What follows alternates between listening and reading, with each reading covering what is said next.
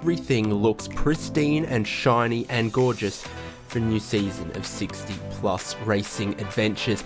This is the iRacing League, the sim racing league for the elder gentleman and driver of the sim racing world. All of our drivers aged 60 or older, and this is a league that has gone from strength to strength over the 21 seasons, the 20 seasons it's now had, now into season 21. More drivers turn 60 every year, and this is a great place for them to race against each other, share a communal spirit, and also show that it's not just for the kids. We've got a really, really strong, really competitive field of drivers with a lot of experience, many of them in the real world with karting and club racing and other such things before. Sim racing was but a twinkle in iRacing's eye.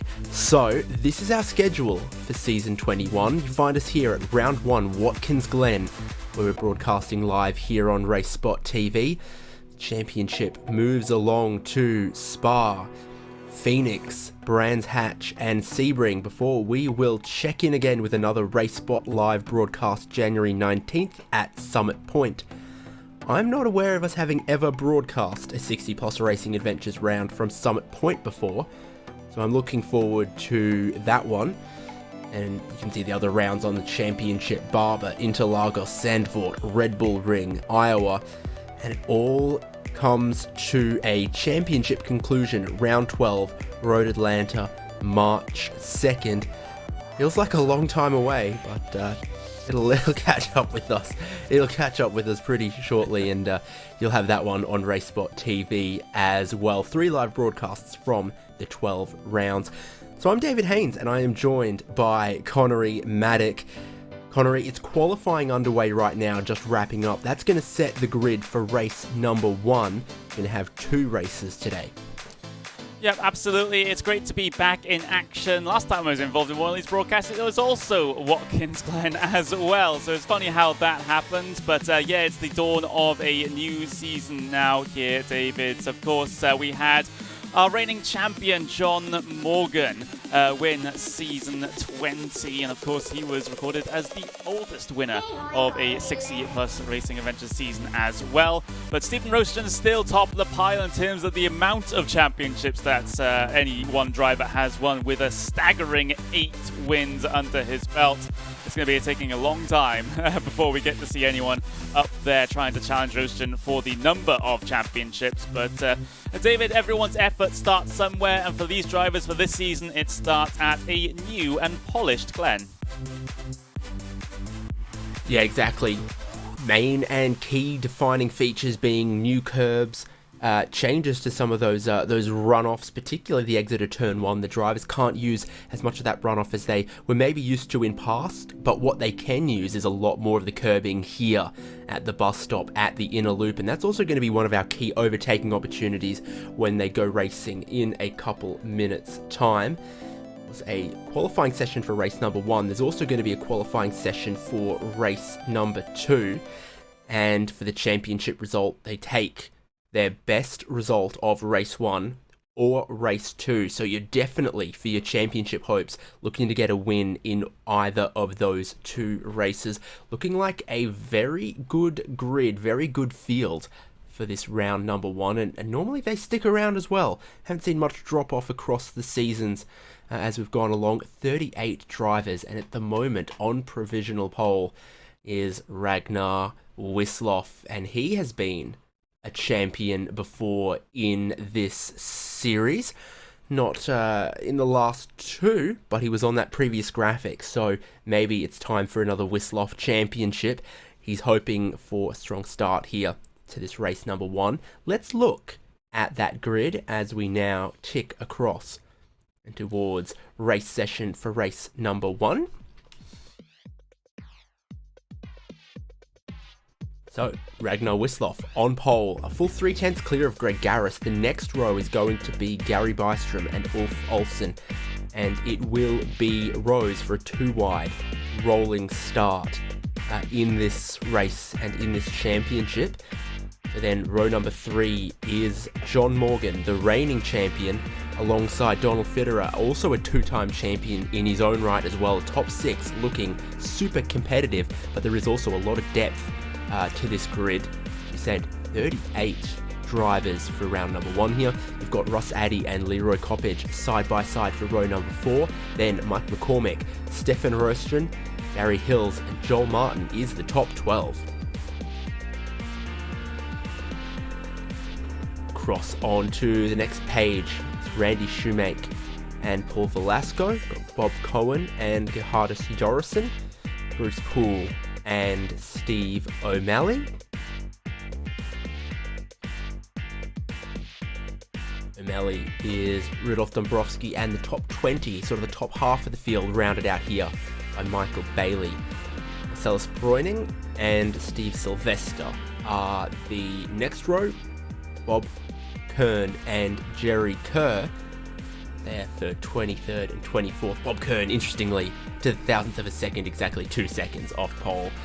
Pierre Dione, Mike Grandy, JC Hay, Bruce Granheim, Peter Holstrom, Edward Crawford. So still a lot of returning names, a lot of continuing names. This is a bit of a black hole of a championship. Drivers find themselves racing here, and they love the community, they love the racing, the focus on the clean racing. They keep coming back, but Edward Crawford was a new name for me there. So let's see how that new driver goes.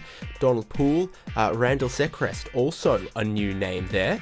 France Brink, Robert Love, Douglas Beasley, Richard Varley, all names very familiar to each other and to frequent viewers of 60 plus racing adventures. No qualifying times once you get this deep in the field. Those drivers starting at the back on having not qualified, and the final 2 you saw were Gene Moore and Frank Butler. Connery, they're going to start rolling. It'll be quite a significant formation lap for them here, but that's probably for the best to get just a little bit of temperature and pressure for our rolling start. These Indy Pro PM18s can be quite difficult on cold tyres, and I just realised that's the first time I've mentioned the model of car that we're using in this championship too. Yeah, absolutely. It's of course it's the old familiar here in this series. Of course, the Indy Pros, of course, not the most popular car in the iRacing series, but does tend to give us some absolutely fantastic racing on more occasions than not. So I expect to see that over the course of the day here at Watkins Glen, as we watch that pace car head its way through towards the back end of the first sector here, up out onto the straight. And remember the dramas from last time out here, David, with the fuel issues that drivers experienced towards the very end of the race. That, well, hopefully won't be happening again, as that was more a bit of a confusion with regards to which setup and which layout we were using here at Watkins Glen with either the chicane or not the chicane. But hopefully everything like that's been sorted out right now, and there'll be no fuel dramas for the end. We're on a pretty conventional sports car layout of Watkins Glen, so we are using this nice and reprofiled and rescanned bus stop chicane. We are using the boot as well. So your typical, Watkins Glen 6-hour and sports car configuration, not the classic configuration and not the NASCAR Cup configuration. Probably the most commonly used, most popular one. Drivers will be well familiar with it by this point.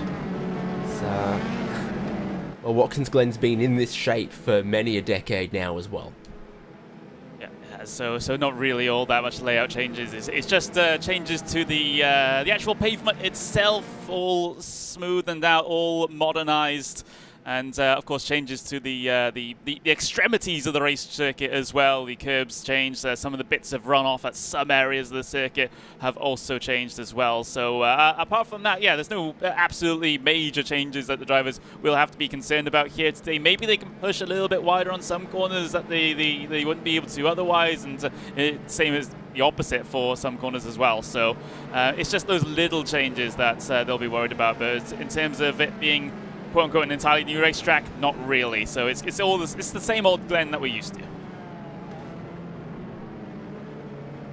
That it is, indeed. So I think on the front row, a good place to be when we approach this race start. Turn 1 at Watkins Glen can often be the scene of a little bit of carnage, and with the curbing around the outside being a little bit more aggressive than in past, could not be advisable to be right in the middle of the pack, and some caution's going to be well advised. Reminder, it's Garris and Wisloff off the front. Looks like Ragnar Wisloff rolling in the same paint scheme that he used in his championship season. So maybe, you know, if it's not broke, why fix it? Absolutely. Some drivers deciding that, well, to run for many years with the same livery, and some deciding to chop and change every season. Personally, I'm a fan of the variety as we head our way into those final couple of corners to start this event. Remember, it is a 38-car starting grid. It's a lot of cars on what can be a very narrow circuit at times, so this one should be interesting, David, as we're about to see that pace car pull down onto the safety of pit lane. Both races 18 laps, so for 18 laps of Watkins Glen boot for race number 1, we're shortly about to get underway. Pace car does wait as long as it can to roll in, and Ragnar Wisloff is going to wait a while before now he opens up the power. They'll all stream down towards turn 1, and that is a huge jump from Wisloff. Greg Garris may be almost caught napping. Gary Bystrom is going to look down the inside for that second place. Everyone a little more circumspect, a little more measured in the background, including, I think it might have been Stefan Roskin, who ran a little bit wide there, almost bottoming out the car across that curb, upwards through the S's. Ought to be, even on cold tyres, absolutely flat out for these guys, except 2 cars around and a few others maybe getting caught in that. It's not turn 1 that's causing grief, it's the climbing S's that have ripped the corners and ends off some cars, almost creating a parking lot there from about 15th back. Drivers who were baying the flags may well have survived. Damage there to Donald Poole, who looks like he might continue. Absolutely no dramas for your leader in Ragnar Wisloff. Let's take a look again at some of what unfolded in the field. Big grid, a narrow part of the track, problems can arise.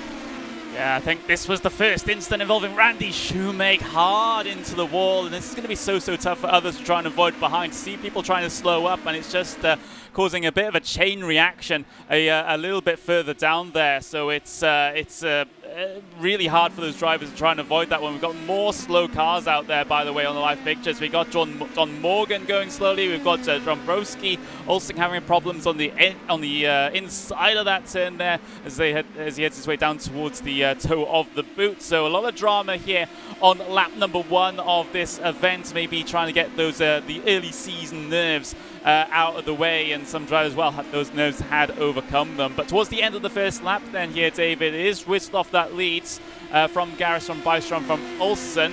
The front of the field pretty much kept themselves out of trouble on that start. It's basically from the mid-pack and back that we've seen these retirements, and already we've seen 1, 2, 3, 4, 5, 6 cars make their way down towards the pit lane, make that 7 as Bob Kern heads his way in. I think you got one more taker in the background there, potentially as well, in the yellow submarine livery, if indeed Edward Crawford can make it. He was one of the maybe newer names, or less frequent names to look out for, but now you got to look out for him on the outside of the final corner, and he's done it all by himself. Unfortunately, Carl got super loose in the penultimate corner, couldn't correct the slide before he found the Armco there, and yeah, I think there's no drive to that back left tyre, and that has been the cause of the problems there. But it is calm heads up front. They know that 18 laps is a pretty long race, and they know how powerful the slipstream can be, particularly that run from turn 1 flat out all the way up the hill towards the bus stop. A lot of passing can still happen, and they know that it's a similar pace for everyone in the top 10 here. The slipstreaming and the pack work is what's going to matter. Yeah, that seemed to be the case, I think, if I remember, last time out at the Glen for the last season as well. So it's funny how these races do tend to end up pretty similar, no matter the technically new racetrack or not. Yeah, a lot of drivers falling foul early on in this race, falling towards the back of the field, getting themselves involved in incidents. Remember that these guys do have themselves one full fast repair that they can use at any point over the course of this race. So that just, if you're unfamiliar with iRacing, well, that just means that they can come down towards the pit lane and get a pretty much brand new car. So that's the situation there. So even though those drivers have had incidents early on in this event, they can get themselves back into things, albeit maybe a lap or two down, but that's better than being completely out. Things are going to get interesting at the front here as they approach a lapped car. Greg Garris almost looked like he was thinking about a move there and had to back out of it, but your top three were oh so close up until that point, almost becoming fully nose to tail for the top three. Behind them, Ulf Olsen is maybe not coming up to speed quite as quickly as Russ Addy has. Addy is +2 positions so far in this race, so from 7th on the grid up into 5th. And Don Fitterer also running well there in that next group of 3. With all of those lap 1 casualties, what it's meant is there is an uncharacteristic amount of lap traffic this early in the race, which is probably of concern to Ragnar Wisloff, because in the absence of it, he had a pretty firm grip on the lead. What it does is it creates uncertainty, and when you're the leader, you don't want uncertainty. Last thing you need, especially when you have cars that are this close behind you as well. Greg Garris not letting Wisloff get away at all. Same with Byström as well. It is a sort of 3-car breakaway at the very front, not a big one though. Olsen is still within about a second of 3rd place, but he's having to deal with the lap traffic right now as well, and that's certainly not going to help. He's lost about 0.2 of a second in that whole altercation there towards the end of this lap. So tough luck there for Ulf Olsen trying to deal with that traffic in pretty much the wrong place. The final couple of corners, not really the place where you want to be catching up on the traffic here at Watkins Glen, although the Glen typically a pretty simple track for lap traffic if you don't consider the SS section, I suppose. You do kind of have straights, then corners, then straights, then corners, not consistently flowing sections where it would be impossible to get out of the way. You did see Wisloff almost thinking about a little bit of defense there before they can take a lot more of the curbs, expanded curbs, through the bus stop chicane than they used to be able to, through the carousel, occasionally differing lines, and for Greg Garris, it's a later apex for Wisloff and Byström trying to hook that banking right up against the curb and follow it all the way through.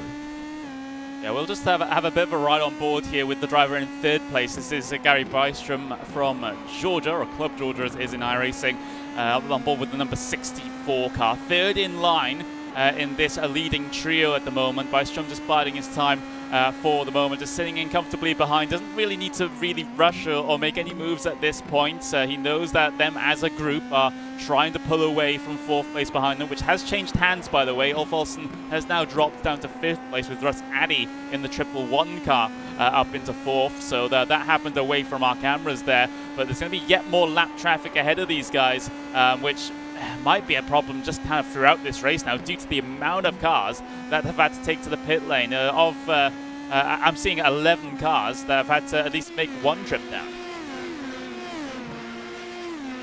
Well, we started with 38, 24 haven't pitted, so yeah, do the sums on that one. At least 14, yeah, be 14 or so there who've had to pit. Whether they drove in themselves or had to take the tow truck is probably the most defining factor to that. If you are able to drive it into the pit lane yourself, you lose a lot less time than needing to be towed back to pit lane.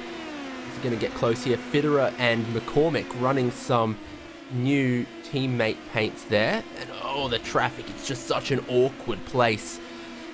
Navigating it cleanly. I think Addy, if any one of these drivers, is the one who's got the speed to maybe try to pull them all back up towards the top 3. In fact, he's almost breaking away and leaving Olsen all on his own.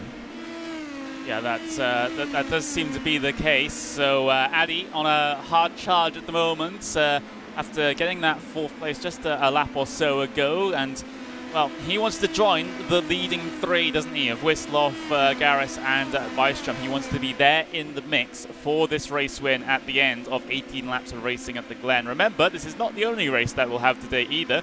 We'll have another race directly after this one. Well, not directly after this one. There's a little bit of a break between the two. But either way, 2 races of action going to be going on today in the 60-plus racing adventures. And remember, all these drivers are indeed over 60, just like the series of the name the name of the series implies. I've got my words in the wrong order there, but yeah, these are veteran drivers, so to speak, David, and despite being veteran drivers, they can still give us some fantastic shows, some fantastic battling, just rolling back the years. Yeah, exactly. And what's key to it is they race each other every week. A lot of them very active on the forums, practice races, etc. Everyone knows everyone else very well. So no one wants to cause a problem. They want to race each other fair. They want to race each other clean. And that's the defining characteristic of this league that sets it apart from, just watching a bottom split or something, but a little bit of potentially contact. But Ulf Olsen around the outside there, getting spun around. Got paved runoff out there now with this new version, but he still lost quite a bit of time. Oh no! Didn't quite see who that was. John Martin. That's unfortunate there, as we'll get the replay of this in just a handful of moments' time. But yeah, that was a battle side by side involving Ulf Olsen, shall I say. We'll cycle it back just that little bit further, just to make sure that we can get ourselves a pretty good look at things. Of course, battling with the number 31 there of Fitterer on the outside, and it's just a cluster in the middle of the corner. I wonder if we can wind things back just that little bit further and have a look from up above. This might give us a little bit of a better view of exactly what happened between the two of them there. Yeah, I'm starting to think Olsen might have done this to himself here. Oh, yeah, no contact. Yeah, I think he was just offline. I think he was offline just with a bit too much speed there. But either way, you've kind of got to sort that out a little bit earlier than the second apex of 4 in this. And then... Yeah, it's the rejoin is not absolutely fantastic there. As we'll return back to the live pictures then, and we'll get to see the live racing action. And well, Russ Saddy, he's already making an impact. He's got up into 3rd. Said he was one who could potentially catch the top 3. Well, he has, and now he is the top 3 as he shot past Gary Bystrom without too much drama there. And now that puts him up into 3rd, into the slipstream of Greg Garris, riding along with your race leader, Ragnar Wisloff. Yeah, so like I said, Whistle still leads this race. Hasn't been challenged too much so far, though. Garris has just been comfortable sitting up behind him in the number 10 and not giving the race leader as tough as a challenge as you would expect. And Wisloff, in fact, maybe on the past couple of laps, starting to eke out the gap the race lead a little bit here, as he's got still a little bit of lap traffic ahead. So this seems to be the theme of the race, David, with those early instances, like I said, that these leaders will be coming up on lap traffic more often than not, or rather more often than they would in a normal race. So that's perhaps a bit of a unique challenge that they'll have to deal with. But Wisloff looks like he's going to catch at least one here on the straight down in towards turn number 1, perhaps. No, he's, the lap traffic certainly isn't helping him. I think it's because that is a battle for position ahead, if I'm not mistaken. I think we've got Paul Velasco, Rudolf Dombrowski, and Michael Bailey who are fighting each other approximately here, and that has moved right across in front of Ragnar Wisloff, who thought he was going to have a line. And in the end, almost ran up the back of one of the lapped cars. He's trying to now look down the inside here. Surely he's been seen. Apparently not. Dombrowski's not in a rush to get out of the way here, is he? He's still parked on the front end of that leader. Of course, blue flags being shown, but in iRacing Sporting Code, they don't necessitate an action from the lap traffic. You see how much it's backing up backing up Wisloff into Garris now. That advantage that he just gradually started drawing out a couple of laps ago has all been eroded, and he still can't get through. This is one that I think you've got to start setting up a little bit early, and as you watch it, Dombrowski is actually losing ground to Paul Velasco, who he was fighting, so it doesn't seem clever.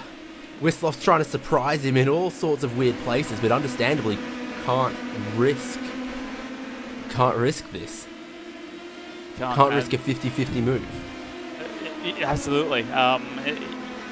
that's the last thing you want as the race leader, to go and send a hopeful dive on the lap traffic and it just not work out in your favor, especially if it's a situation like this where you have the lap traffic that's not in a rush to move out of your way, so that sort of increases the risk of an incident happening if there's an overtake attempt, and Wislov trying to push all the way wide to try and get the runner's speed up the S's. And well, we're kind of commentating this like a battle for position at the moment, because that 161 it's being driven like one. Yeah, it's being driven like one. Dabrowski to the inside, now rolls out of the throttle, but who's taking opportunity from this? Russ Addy got side by side with Greg Garris and then rolled out of it. I thought he might have been opportunistic in that moment, and maybe a little bit of confusion going on there as well, but instead no, he just holds in third place. He knows halfway point of this race, the top four together. That did, with the traffic there, allow McCormick and Fitterer initially to catch up a little bit. I think they had to wait through the bus stop, but it was kind of bringing the top cars all back together, which would mean, again, you want to find your track position, hold it, and then think about those last 2 laps, where you want to be to make a tilt and a run at the lead. Yeah, absolutely. And well, yeah, it's just having a look at the best laps. The best laps have usually been around about the 141 mark here, at least so far in this race. The last laps for the front 3 were 143.3, 143.4, and 142.9. So that was a huge amount off the pace that they were. And oh, someone's in the wall. Someone has lost the wheel, and that is Mike McCormick. Yeah. Well, he was running around near his teammate Donald Fitterer, and now he's had a problem. Uh-oh. Down the inside. Well, he does squeeze into him a little bit. He might have been expecting Dabrowski to lift at that point. That's unnecessary, though. That was a weird one. But like I said, perhaps a little bit unnecessary. This. Watch it again. So that first bit of contact, that's just getting too close for comfort, right? There's a bit of a squeeze on there, but there's no need to wreck someone out in the runoff area.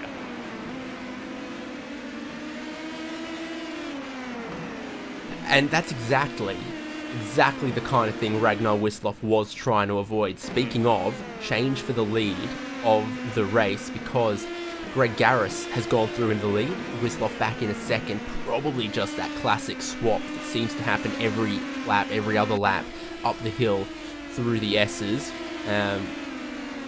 Unless one driver really lifts out of it, that slipstream is so strong that the second driver is always going to get enough of a run to potentially overtake. So Addy still stays in third, Bystrom's still back in fourth, and this is how Garris got from second to the lead. Huge head of steam up the hill, shifted into sixth, not quite. No, waits, and he almost tops it out in fifth.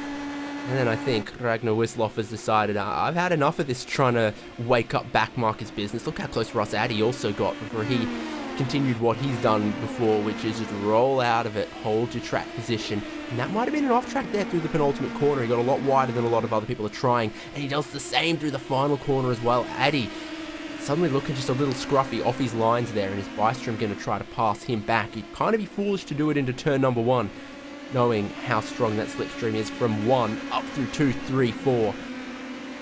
Again, though, just a little unexpectedly scruffy from Russ Addy. Yeah, I mean, he was incredibly good in the very early portions of this race. We're now well over the halfway point, and well, Russ Addy still has a little bit of work to do, as there's the pass for the race lead going on once again. Wislov gets through, Bystrom through on Addy as well, as they'll head their way through the bus stop. So the front 4 cars have been more like split up into 2 groups of 2 at the moment, as Wislov regains the race lead over Garris, and Addy slides back into P3 for the moment. But if he can get himself a tidy couple of laps together, then maybe the podium is still possible for the 111. Indeed, what we often see with these distances of races is it's just enough time to get your tyres in trouble, to find in the last 3 or 4 laps that if you lean on, in this case, probably that outside rear, probably the left rear a little too hard, a little too often, you can just overheat it a bit, and then the car starts to really, really move around on you, which is not the fastest way to do it. I wonder if in pushing to catch the leaders, Addy has just overdone it a little bit, and he's sliding the car in all sorts of places and probably building up way too much heat as he does it, costing himself a bit of time. Yeah, like you said, that's going to be a very, very big problem now when we get to the very back end of this race. It's not even necessarily, at least in iRacing, the wear that's a problem. It's just the heat build-up over the course of the run, and that's what destroys the tyres more than anything else. So if you're sliding around about like that, like Rosati has been doing, then you're going to have awful tyres coming towards the end of the race now compared to your competitors. There's a swap for the race lead once again, by the way. Greg Garris has traded that with Wislov once again. I think these are kind of more orchestrated passes at the moment rather than actual fights for position. But you know, you got Byström now, still sort of keeping himself in contention now. I said earlier, the group had been split into 2 groups of 2, but now Byström, well, hoping to make it a trio at the very front. Yeah, absolutely. Another little just schoolyard game of leapfrog between Garris and Wislov. You kind of see in this mid-phase of the race. I think we're still in the mid-phase of the race until you get to about 2 laps to go, where I think the attitude will start to change a little bit. But, you know, just happy to let someone with a run take that run, and then you know that your turn will be the next lap until eventually it won't be wide over the left-hander there for Garris. But that is a deceptively difficult corner there that sort of goes a little off camber right at the point of turn in, and it can be tough to find that apex precisely. Garris Byström is properly in this for a 3-way tilt. He is. He really is. He's caught up that little bit of a gap now. Another fastest lap being set, and that is by Greg Garris, who's in the race lead at the moment. But will we see another orchestrated pass here at the very top of the S's section and coming down into the bus stop? And how does Byström factor into this one is the question you must be asking as well. Garris early to the inside to try and defend, but Wislov will swing around the outside and gain that race lead back. Byström not able to make an impact so far in this one, but he's just going to bide his time. There's no rush at this point. He wants to be able to wants to be doing those moves sort of in the latter portions of the race on the, well, maybe the penultimate or final lap. It'll all be very interesting to see. And again, Russ Addy, when he's precise and when he's clean, he must be one of the faster drivers here. He's starting to catch them again, but is being the 4th car in the train and pushing it too hard through the corners maybe going to see him get that heat build up, and those tyres might just run out for him. We'll see. Again, he's a little dear with the track limits. He's not going to be getting that bonus point for 0 incidents, I don't think. I don't think many people are going to get the bonus point for 0 incidents, if I'm being completely honest. We've had basically almost half the grid come down in to the pit lane at some point due to well, I think for the vast majority of those, it's going to be damage repair. You know, with that fast repair being used. But yeah, of course, that is a thing to be concerned about here in this series. Whether or not it's going to affect the championship is a different issue. What a moment, though, from Greg Garris coming out of turn 1. Just a big slide. Leaning on, again, that outside rear tyre. And it just didn't give him the grip he wanted off the corner. Now here's Russ Addy getting a little more aggressive. He's going to be in the slipstream of Byström, and that's going to pull him in front and up into 3rd. So Garris led a couple laps. He's now back into 4th. Wislov leading and Russ Addy up into 3rd. Going to see it on board here from Garris as we head in towards turn 1. A little more intimidating, some bigger grandstands there. He pushes out a little bit wide and then gets onto that curb, high sides it a little bit. He becomes a bit of a toboggan there, trying to unbeach himself. The car almost snapped out and from under him. It's funny, I just looked, and in the last race of last round, Russ Addy was one of the very few drivers to get a bonus point for no incidents. So, yeah, a totally different Russ Addy from 2 weeks ago. Yeah, it's that does seem to be the case. Third place still, well, I mean, it might be even more at this point, depending on what you can do about Gary Bryce-Strom ahead of him and Rango Wislov, who's been the dominant force over the course of this one. Whether or not he'll be able to convert, though, is a different issue.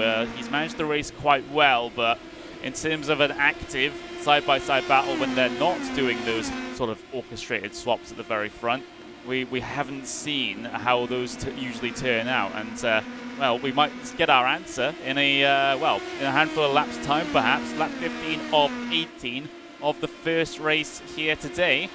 And well, we've got quite a predicament at the very front.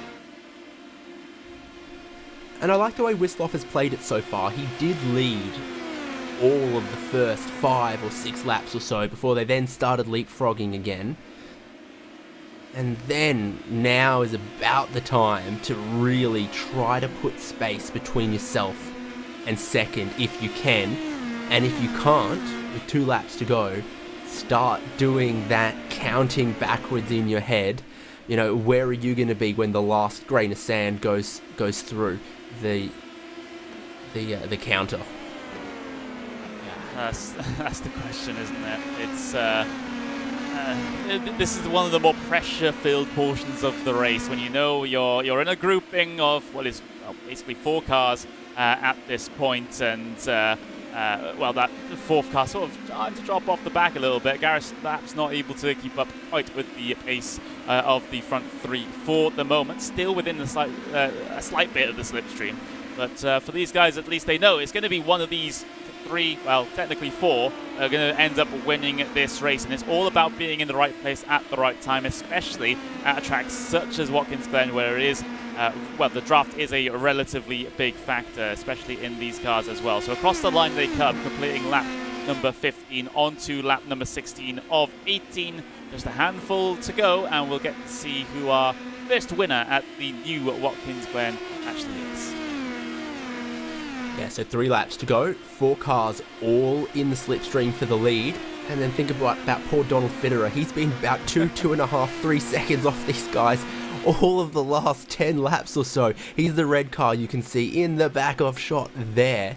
And he's praying for them all to trip and tangle over each other and, you know, somehow miraculously lose another 2 or 3 seconds, because otherwise he's got nothing for what looks like your pick of one of these 4 for the first race win of season 21. Now, Wislov, Bystrom, Addy, and I think Greg Garris, I've definitely seen all win races before. Garris getting a huge slide through the laces there, and that almost looks like it might drop him out of contention for the race win because he lost a whole heap of time. Yeah, he can't be affording to lose that time. He can't be affording to put that much heat through the tyres either, like we discussed earlier. So but the thing is, it's kind of a vicious cycle when you get the tyres in that state, David, because you have the one slide, you get your tyres, well, not nice and hot. In fact, it's the opposite of that. And that causes the tyres to slide even more, and to put even more heat into the tyres, which makes you slide even more. So it's a very, very tough rut to try and get out of. Yeah, it's important to get on top of that runaway effect early, and really, when you get yourself into that problem, consciously back it up, not lean on the tyres for the next 2 laps or so until they're back within the workable range potentially. 2 to go now. Fastest lap of the race by Russ Addy sits there in 3rd. Greg Garris gets the wrong side of the curb, but shoots across it rather than getting beached on it. So Wislov and Bystrom, oh so close. Russ Addy, I think, at the perfect distance back to then have a huge head of steam closing up. Wislov middle of the road. Bystrom doesn't want to pass him now because he wants to be in the same spot on the last lap and pass him into there on the last lap of the race. So that's why Bystrom lifts out of that one. They all then close up behind Wislov for the top 3. Yeah, that's going to be the main pivotal moment on the final lap, is that run down into the bus stop. It's not impossible to pass anywhere else on circuit. It's just that little bit more trickier than it is coming down that back straight into the braking zone for the bus stop. So that's the main crucial point that you're looking at on a final lap here. But we're setting up for a bit of a grandstand finish here, aren't we, David? on the straight down towards the heel of the boot right now. Bystrom still second in line, still the meat in the sandwich between Wisloff and Addy. Addy has had a fantastic race so far in this one, but how high on the podium can he finish? And can Wisloff hold on to what has been a very well-managed race from pretty much the start of the race for Wisloff as he heads his way through the final corner now? We're going to be starting the final lap here, David, and it's still all to play for between 3 drivers. Exactly, one more tour of Watkins Glen International to decide who leads the way after the first race of the championship. Wisloff leads the way right now, but Bystrom is going to have one hell of a run at him up through the S's and towards the bus stop. And I think Russ Addy is in a decent spot there in third as well. They've been spending the whole 17 and a half laps up until this point just trying to set up for... We might have lost David there, but we'll see this battle then come down in towards the bus stop for the final time as it all gets all sorts of out of shape. Russ Addy out into the runoff there as he now fall behind Greg Garris. So then there were 2 at the very front of the field to try and fight this one up. So, excuse me, as Wisloff and Addy, well, it's going to be a head-to-head duel between the 2 of them to see if they can get themselves the first race win of the season here in the 60-plus racing adventures. Wisloff still ahead, has been throughout the majority of this race. Only sort of cursory swaps between himself and drivers behind have changed the race lead up until this point. But as we head our way through the final couple of laps, final couple of corners here in the first race of the season, Addy looking for that edge to try and get himself ahead. It might require a mistake from Wisloff and a run through the final corner for Russ Addy here as they come through that final corner. The first win of the season, however, is going to go the way of Ranga Wisloff. Wisloff wins here at Watkins Glen for Club Scandinavia. The number 30 does it, and Garris at the tying moments comes across the line in P3 as well. What a fantastic event that we've had here in the 60-plus racing adventures. We did have ourselves a little bit of an issue with the TeamSpeak that we use to try and communicate there. So unfortunately, I did have to commentate at the very end there, David. But it seems like you're back in this one, and we had Wisloff come across the line to win. I think he just held that defensive line just right into the bus stop. It was all about the timing for Gary Bystrom about whether or not he was going to be able to get down the inside, swoop around the outside in that moment of indecision. He didn't pick either. And by going too wide through there, he lost out. Nothing else dropped for me other than TeamSpeak. So I did see it. You just didn't hear me. So that'll be a disappointment to some and not to all. Well, there we go. We couldn't hop over into the Discord in time, I suppose. But let's have a look then at the race results then from Watkins Glen. And of course, David, take it away because it is Wisloff that wins. Exactly. From that pole position, he got a great start. They did that leapfrog a couple times. Wisloff did not lead every lap, and he was well challenged, sometimes by a pack of 4 or 6. But from pole, it is to the win and the championship lead for Ragnar Wisloff after race 1 of round 1, just a couple tenths clear of Russ Addy. Greg Garris completes that podium, and you've got Gary Bystrom, Donald Fitterer, Stefan Roskin, Leroy Coppage, Marcellus Breuning, Barry Hills, and Bruce Poole for our top 10. Across the page, Connery's got it. Yeah, I've got it. It's Gerardus Jorison in P11 with Ulf Olsen finishing in P12 here today with Steve O'Malley in P13 with Bruce Granheim in P14. Robert Love will finish in 15th place with Douglas Beasley in 16th. Bob Kern in 17th. John Morgan in the 177 in P18. JC Hay in P19, and Franz Brink will round out the top 20 cars in this event. We still got a good amount of names to go here, David. Take it down to the top 30. Yeah, Peter Hellstrom, the last car on the lead lap. Off the lead lap was Mike Grandy, Bob Cohen, Richard Varley, Pierre Zione, Steve Sylvester, Edward Crawford, Jerry Kerr, Joel Martin was 4 laps off, and Gene Moore 5 laps off. And then those runners at the very back of the field, you have Paul Velasco, Rudolf Dombrowski, who, despite being 5 laps down, pretty involved in the early parts of this race, as it turns out, with the leaders trying to come through on him. Randy Shoemake involved in an instance down in towards turn 2 early on. He finishes in 33rd place. Mike McCormick in 34th, with Michael Bailey in P35, and Donald Poole will be the 36th classified runner here in the first race of the 60 Plus Racing Adventures season.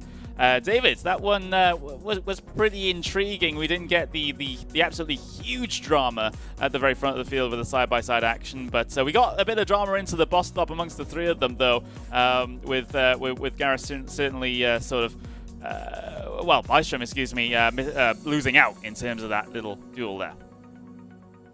Yeah, and we also had drama coming up these S's on lap number 1, didn't we? There was a couple big scalps that were lost there that I think are going to be looking to be bouncing back in the race number 2. Key amongst them, John Morgan ended up finishing 18th. That's your reigning champion, and he got tangled up in a little bit of it early on. Fought back as best he could. I think we saw him down as low as 30th at some point. Came back to 18th. Still not what he is capable of, and the good news for him and others is that it's a brand new qualifying session for a brand new race in race number 2. But before we get there, I can see we got a bunch of people standing by. It looks like we've got the complete set of our podium places from race number 1, and a bit of time to kill too, Connery. So I'm always a fan of going 3, 2, 1, and Greg Garris snuck through for a final podium position.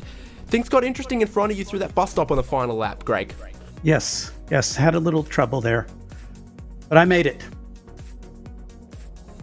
Yeah, and it's typical of the racing we expect to see from Watkins Glen and these cars. Such a huge slipstream from turn 1 up towards that bus stop, or I believe technically the inner loop as it's called.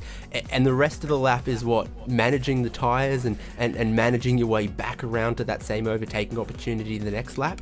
Yeah, I think so. For me, I know maybe other guys can get through in other places, but that first turn, getting a good jump off that turn is really essential to get a run. And I think it races exactly like we expect from Watkins Glen, but you do have a little bit more eye candy this time around. Yes, I guess so. And I think the new configuration, I guess, suits me a little bit better. I think last season, maybe this circuit wasn't as quick for me, but this new configuration seems pretty good. I'm glad. I'm happy. And you did well in qualifying for race number 1 as well. It's a brand new qualifying session for race number 2 coming up in a bit. Are you going to put it on the front row again? We'll see. Just wait and see. We will have to wait and see.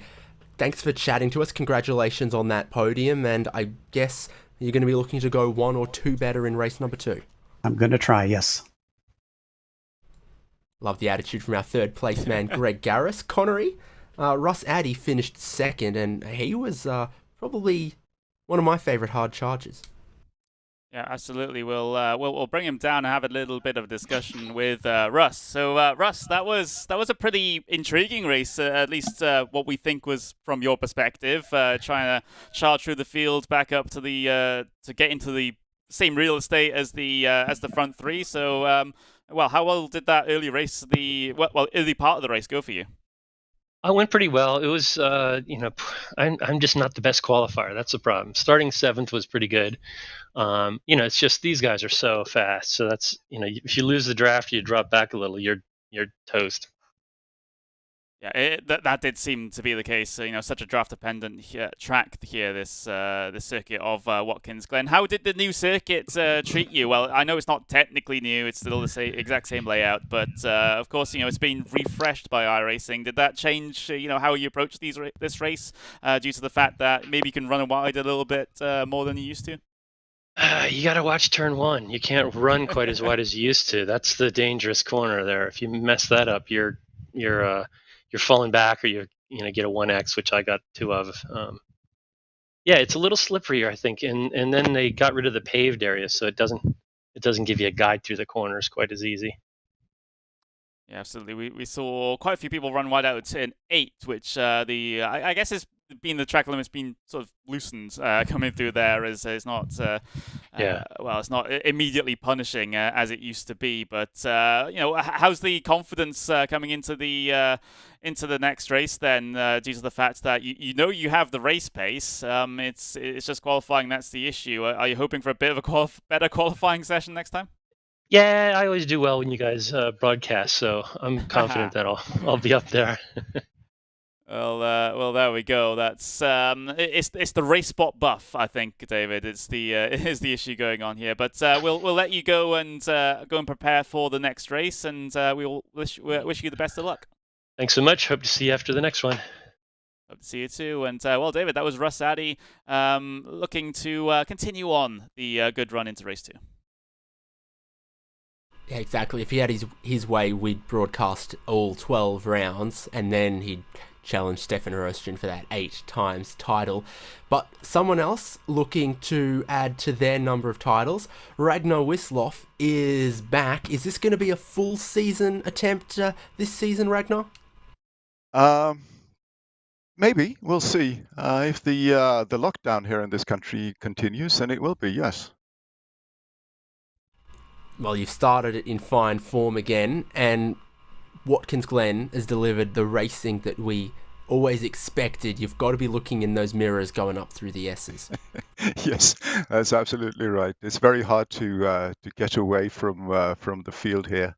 But on the other hand, if you do, you have a chance yourself the next lap. Indeed, and when you're the leader, you've not only got to look in those mirrors, you've got to be looking up the field for some lapped cars as well. Probably one of the more stressful moments of your race number 1, I would say.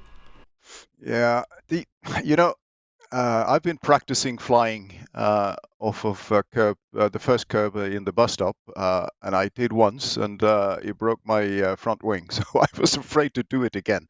And I was hurting a bit on the top speed up the hill, and so it was probably easier to catch me than it should have been.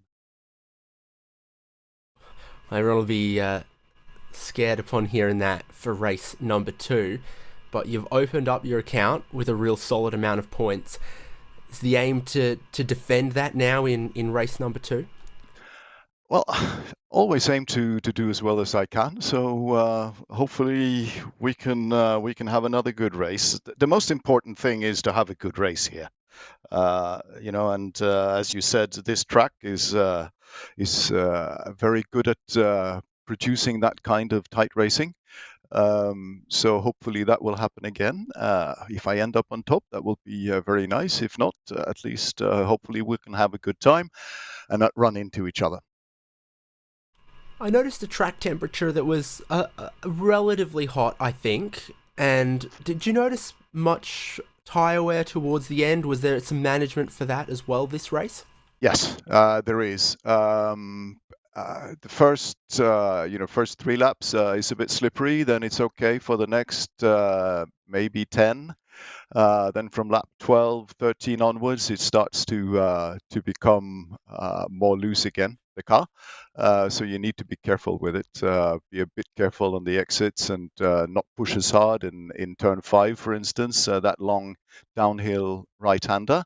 Where you end up right out to the left on the exit. You need to be a bit careful there and not get on the gas too early. Good advice, and sort of matched what we were seeing from the body language of the cars across the 18-lap race. Ragnar, congratulations. Go well in race number 2. And I think there's a couple drivers who are going to be giving you a really, really strong challenge again. There always is. It's a very tight field. It's a field of mostly gentlemen, but it's always tight racing, and you can never dominate this group. Whoever said it's lonely at the top hadn't been to Watkins Glen. Never. All right, thanks so much for giving us your time, and if we're lucky and you're lucky, we'll see you again after race number 2. Perhaps. Thank you. Perhaps is the best you can say for that one, because we did see a lot of uncertainty, a couple spills here in this section of the bus stop, and I'm expecting another 30 plus cars. Anything can happen with a slipstream that strong in race number 2, Connery. Yeah, absolutely. It seems like, I mean, we touched on it in the middle of that race there. As long as you're in that sort of leading group, then you definitely have at least a chance at getting yourself up into the race lead for the final lap. Like we said, the crucial point is the bus stop and getting the slipstream out the S's, getting late on the brakes into the bus stop, getting that pass done, making it tidy as well. You don't want to push wide and let the other driver back up underneath or get a run into the carousel or anything like that. So, that's the sort of main situation. Everything that sets up for that final lap is just sort of posturing, sort of just trying to find out where you want to be at the right time. It might be one of those cases where you don't necessarily want to be in the race lead at the start of the final lap. It's just like Skip Barber racing, if you think of it like that. Yeah, indeed. And that change to that turn number 1, making it tricky for some of the drivers. We heard that a couple times just there. And that's the corner that they've absolutely got to maximise for that run up the hill. Critical to the racing. We'll take a little break here on RaceSpotTV, but in not too long, they're going to be qualifying for race number 2. We get to do it all again with what we've learned, but also what the drivers have learned. Are we going to see a bigger pack for the lead, or are we going to see someone break away and finally run away with one here? All to be decided in race number 2, 60 plus racing adventures. That one coming up in just under 10 minutes.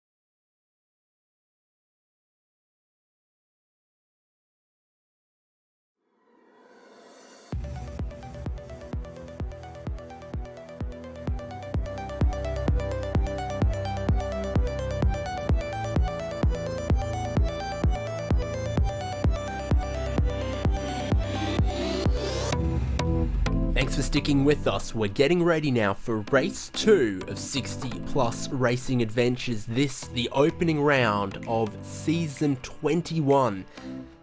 There's a long-standing championship going from strength to strength. If you're 60 years of age or older, or in fact turning 60 before the new year, check them out on the iRacing forum. There is an oval league. There is the road racing league. There's also a GT3 league that I think is relatively new. All of it on the iRacing forum, and you can meet many of the members and check out all the information about how to register or sign up for that. But here's where we are, round number 1 at Watkins Glen, and this is this season's schedule. Circuit Spa-Francorchamps in Belgium next, and then one of the typical oval rounds for round 3 at Phoenix. That's also a track that's had a fresh lick of paint on the iRacing service lately. And Brands Hatch, Sebring, Summit Point will also be broadcast live here on RaceSpot. And Barber, Interlagos, Zandvoort, Red Bull Ring, Iowa for another oval, and then the championship decided at Road Atlanta March 2nd. Another track with not dissimilar characteristics in the racing wise to Watkins Glen here. A long back straight, and all the key passing seems to happen at the end of it.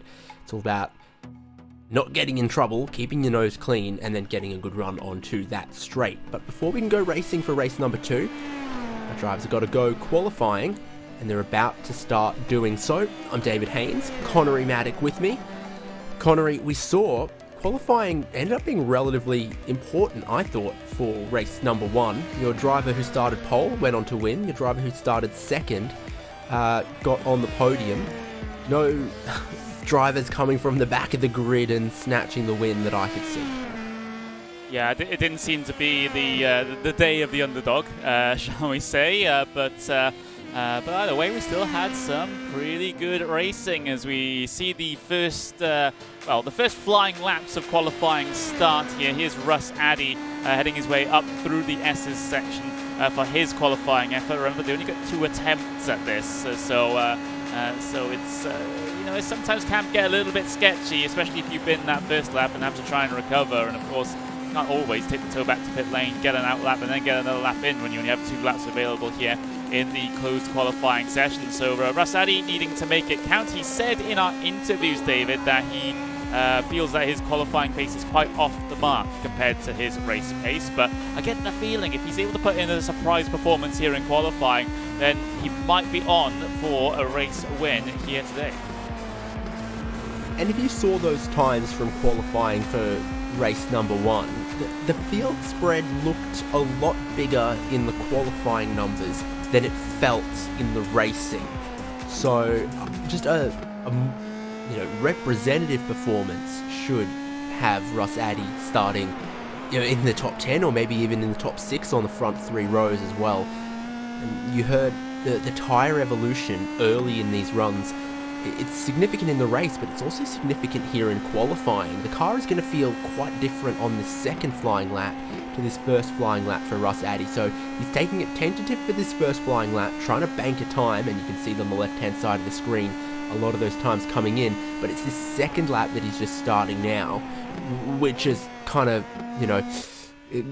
got to be the money maker.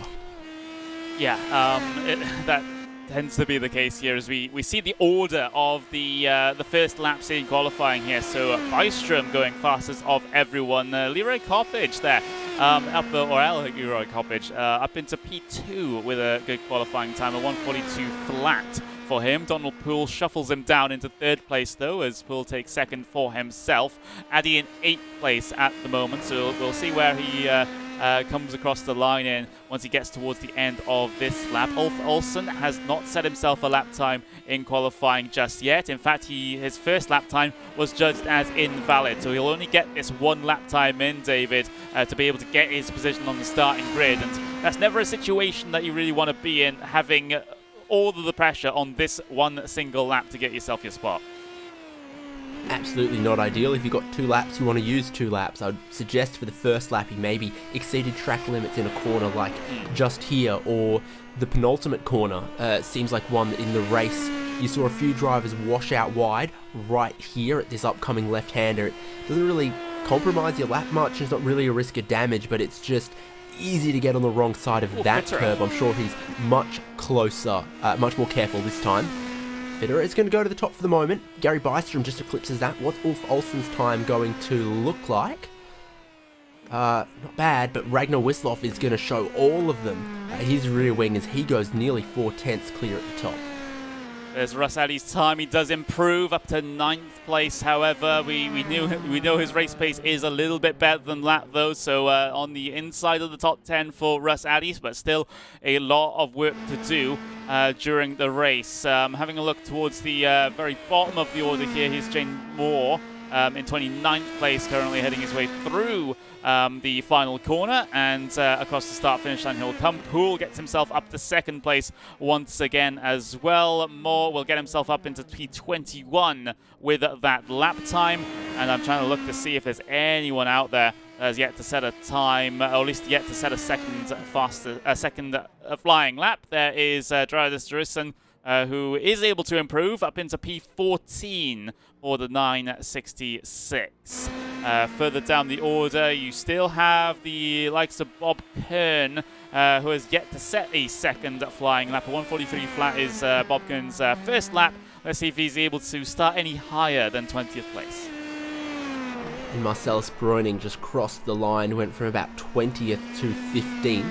So in the middle of the field there, just a little bit of an improvement in time nets you a good couple of rows on that starting grid. Super sideways on the way in there for Bob Kern. I wonder if that cost him any time and he had to roll out of it more than he wanted to not fly up against the curb, but he got close to that barrier on the outside of the last corner. And for Bob Kern, he sits in 20th at the moment, and that was an improvement in time, but not in position. Yeah, which weirdly enough, I thought he gained a couple of tenths of a second there, but apparently not enough to gain any positions there for Bob Kern. A little bit of a confusing one here at the end of the qualifying session, and we've had pretty much everyone set themselves their lap times here. So despite the 10 minutes of time that the race administrators give these drivers to set their 2 laps, everyone tends to finish them rather quickly instead of waiting until the very end of the session to be able to complete them. So which is why we do have to run down the clock a little bit for about 2 minutes before we get ourselves the gridding procedure underway for race number 2 of the evening. But Wisloff on pole position once again, David.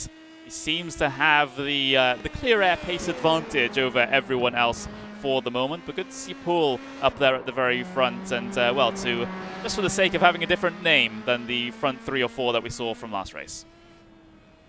Yeah, so some good drivers you've got that didn't really get to show it in race number 1. Look for, this being the last shot at glory or salvaging some strong points from this round for Poole and McCormick and Poppage, and look at Greg Garris. He got that podium in race number 1, but he's going to be starting 8th for race number 2. Russ Addy also on the podium is going to be starting out at 10th. And then John Morgan in 9th there, obviously as reigning champion, has a slightly brighter spotlight shining down on him.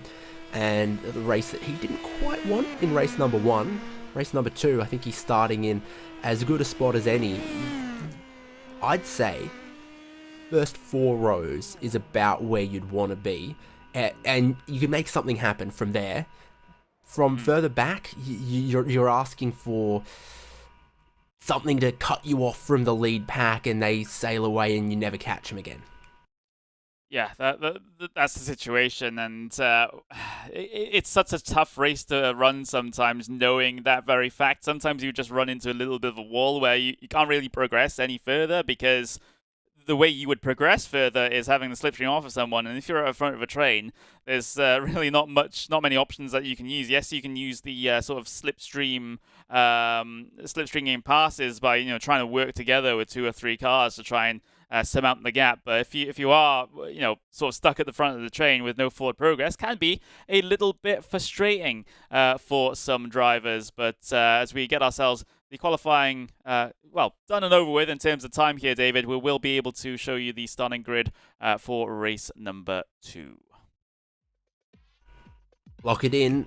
put them down on the grid. They've got that rolling formation lap to come as well right now. For the second time on pole position, which is going to give him the inside of the front row. Ragnar Wisloff a little bit closer in time though. Donald Poole was only a 10th away, and he's going to start on the front row. Inside of the second row, I think, is normally a pretty good place to start as well. You've got a very good view of the leader when they decide to jump, and you'll be down the inside of turn number 1. So that's where Gary Bystrom finds himself for the second race in a row, I think. But he's going to be alongside Mike McCormick, Donald Fitterer, and Leroy Coppedge for the third row there as well. You've got Bob Cohen, Greg Garris, John Morgan, Russ Addy, and key, Garris and Addy have a lot of experience now in that leading pack, how to time their moves in the slipstream that some of the others, John Morgan particularly, might not have. There's a lot of experience for Morgan. I'm sure he'll overcome that, but part of that timing on the slipstream that it would be so useful to have. Olsen and Roastgen then 11th and 12th for the 6th row of the grid as they start to pull away on the formation lap. Roastgen didn't see a whole lot of him, if I'm honest, in that race number 1. He started 10th, finished inside of the top 10, but never really challenged for the lead. That's the way it goes with such a strong slipstream. We've got Paul Velasco, Gerhardus Jorrison, Marcellus Broining, Bruce Granheim, Barry Hills, and Joel Martin. Look how close it is. A 10th of a second, 15th, 16th, 17th, 18th. That's what we were talking about. And just a little bit of an improvement there got you a lot of positions, whereas things were a little more spread at the peak of the field. Got Bruce Poole, Bob Kern, Gene Moore, Michael Bailey, Randy Shoemake, and Jerry Kerr to 24th. Still 30 plus cars for race number 2. We've lost a couple, but still a very strong grid. Indy Pro 2000s, it's Douglas Beasley, Randall Seacrest, Robert Love, Mike Grandy, JC Hay, Peter Hallstrom, all with qualifying times still. I think you've got more drivers with qualifying times compared to race number 1, where there are a few who missed out. Pierre Dione in 31st, and Richard Farley is the only driver who didn't set a time. I think they learned a lot about those track limits in qualifying in race number 1. Yeah, they did. They really did. So, it's great to see that the vast majority of people, bar one, have been able to set themselves a qualifying time here for the second race, not only of today, but of the season as well here, David, as they'll go too wide coming up through the bus stop chicane. We've still got the vast majority of the pace lap to run here. Of course, you know, despite the new track surface, David, and the new rescan and everything like that iRacing has brought, still the full pace lap that Watkins Glen tends to have even in the old version. So we'll still be waiting for that little bit longer, but for some of these drivers out there, maybe calming down their nerves after maybe a potentially intense qualifying session for some of them. We did see some last-minute changes at very, very dying moments of the session. But now we've got ourselves this second formation lap of the day going with 32 cars circulating. I can't wait to get things going for another race here in the 60-plus racing adventures. Hearing what we heard about the tyres, I think even if a shorter formation lap was possible, and I'm not sure if it is or isn't, they might not want it. Yeah. I think, from our short attention spans, we'd probably rather the shorter formation lap, but from the racer's perspective, it's not a bad thing to have. Yeah, it gives you, like I said, ample opportunity to try and get those tyres up into the right operating window.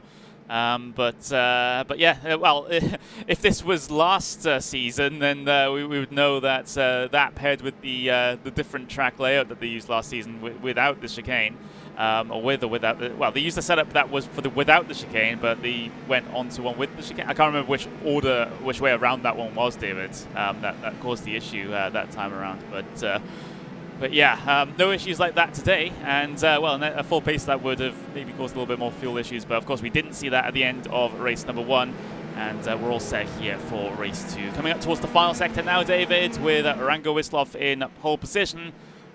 and about ready to go racing. Yeah, it's not like some games. The drivers are fully in control of their cars on the pace lap. The fuel is burning.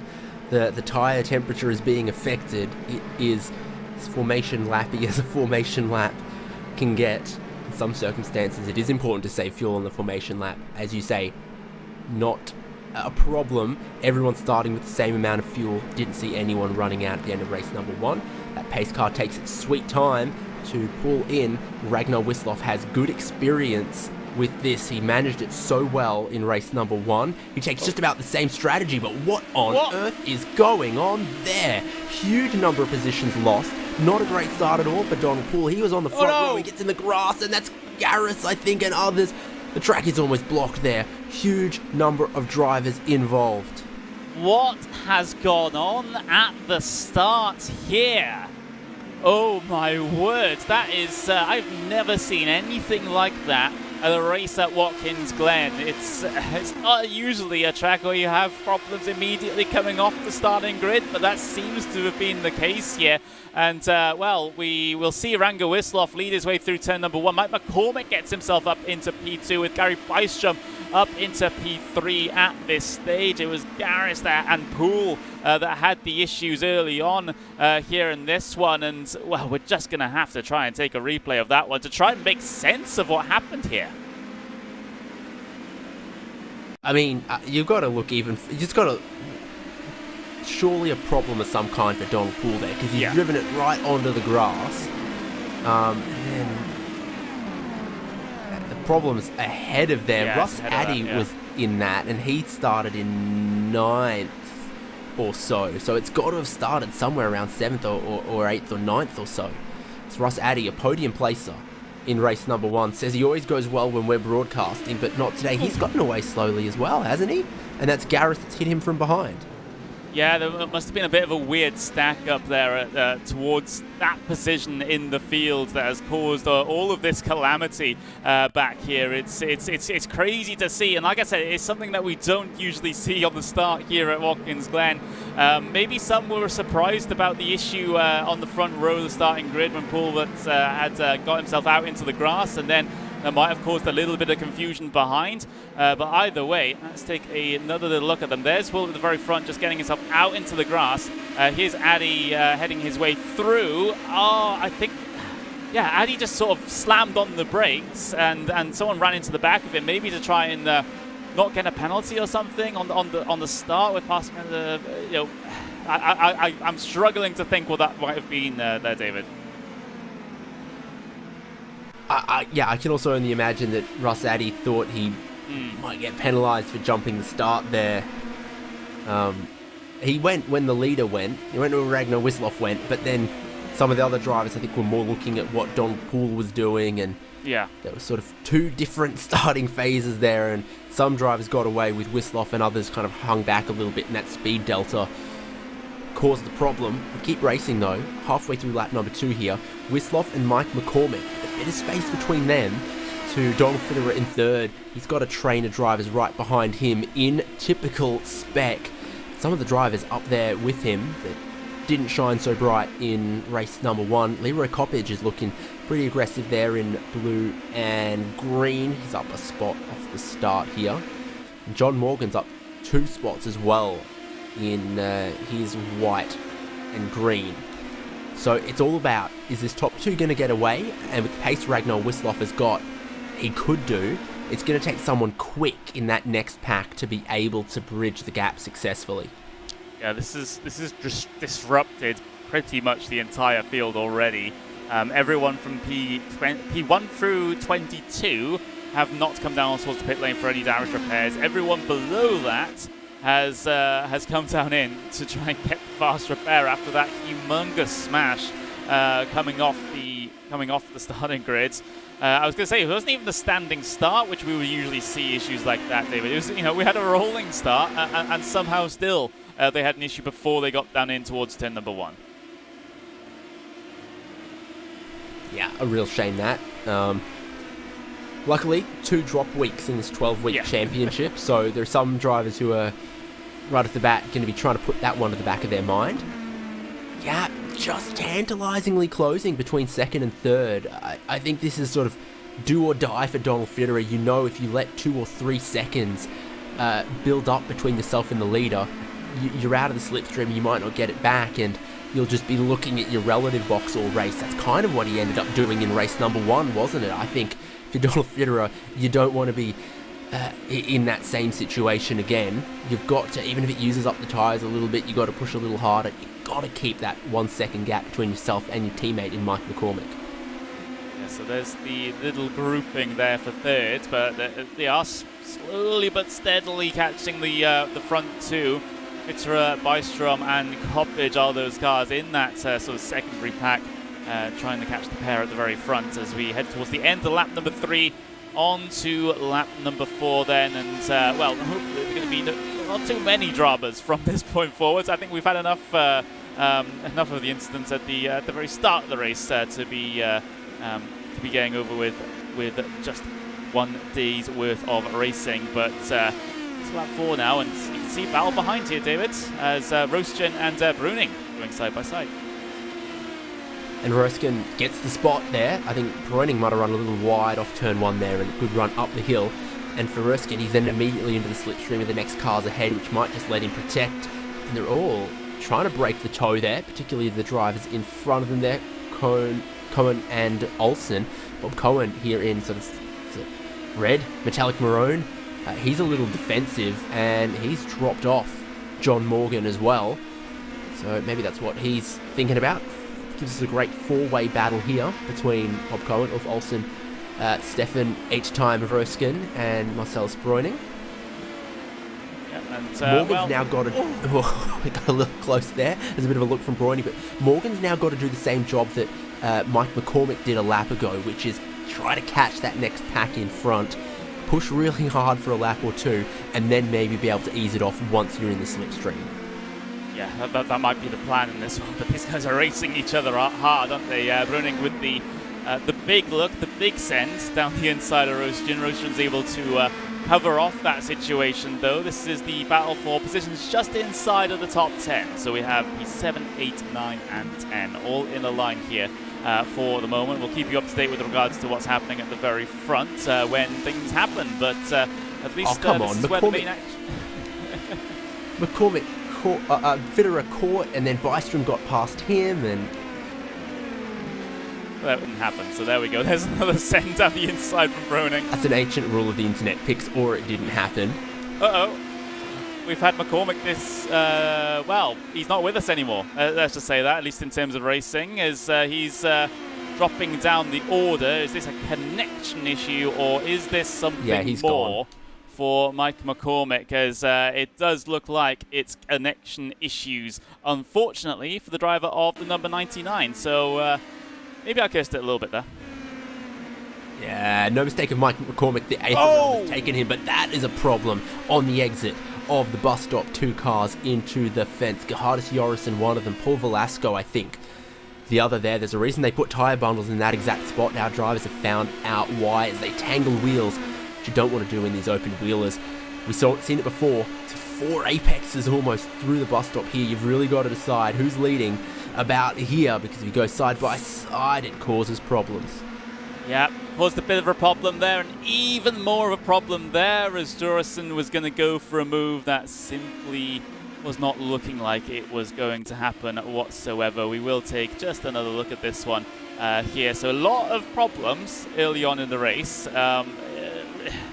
We'll see what people make of that, but there we go. There's the move down the inside there. He was looking to try and get the cut back, just thinking that Velasco was going to be a bit slow coming through that second apex due to how he butchered the line coming through the first apex, but it simply didn't turn out like that, and a bit of a misjudged move there from Jorrison has caused that incident, and we're only on lap number 6 of 18, so we've still got a pretty long way to go. You can see on the left-hand side of your screen on the timing column, Ragnar Wisloff has a 1.2 second lead over this Gary Bystrom. And Bystrom goes to, is he letting Fitterer by, or is he going a defensive line? Either way, he pulled out of the slipstream of Wisloff and let Fitterer, who's proved pretty quick, dump back through in a second, and Bystrom slides up in front of Leroy Coppage. in this battle, third and fourth. Fitterer has got to do his best laps once again to try to catch the leader, bridge that gap. Otherwise, it'll be another Wislauf win on the cards. Definitely looked like one of the form drivers, though, of the early goings of this season. Yeah, he's in a similar situation right now as to what was in race 1. In fact, he'll have more of a gap now than he had in race 1. It's been a very good day so far for Ranga Wislauf, and now is the task of just managing the gap back to Fitterer, as Fitterer, he's doing his best to try and get back within the more powerful area of the slipstream off the back of that number 30 car, but not being too successful for the moment. So once that's completely broken, Wislauf might be able to ride on into the sunset and not be in the same real state as anyone at the very end of this race. But if Fitterer can keep himself within that second, ideally a little bit closer, then this might still be competitive for the second half of the event. Really goes and gets the fastest lap of the race that time around. We always talk about the slipstream as about a second, and that's how it appears sort of on my timing screen highlights as well. But the reality is 1.2 seconds or so in 6th gear uphill, you can start to get a little bit of an advantage that can then help you close it up to 1 second, and then you're really into the slipstream. And you can see how aggressive Fitterer is being with the curbs as well. Ulf Olsen around the outside.